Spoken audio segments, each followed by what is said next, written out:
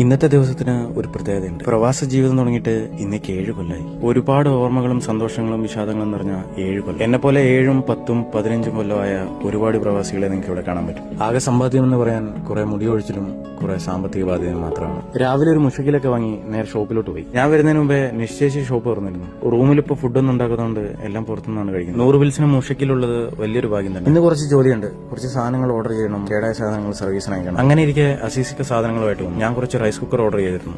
അതുമായി വന്നതാണ്. ഇദ്ദേഹവും ഞങ്ങളുടെ കമ്പനിയിലെ ജോലിക്കാർ തന്നെ. രാവിലത്തെ കസ്റ്റമറിന്റെ കാര്യം ഒന്നും പറയണ്ടല്ലോ. ചൂടൊന്നും താന്നാൽ മാത്രമേ ഇവിടെ കസ്റ്റമർ ഉള്ളൂ. അതുകൊണ്ട് ഞാൻ നേരെ മുഷക്കിൽ കഴിച്ചു. ആ സമയത്ത് തന്നെ സജി മാനു എത്തി. അവരുടെ ബ്രേക്ക്ഫാസ്റ്റ് രാവിലെ റൂമിൽ നിന്ന് കഴിക്കലാണ് പതിവ്. ഉച്ച സമയത്തെ കോംപ്ലക്സിന്റെ അവസ്ഥ ആണ്. ഇതിനെല്ലാം കാരണം ചൂട് തന്നെ.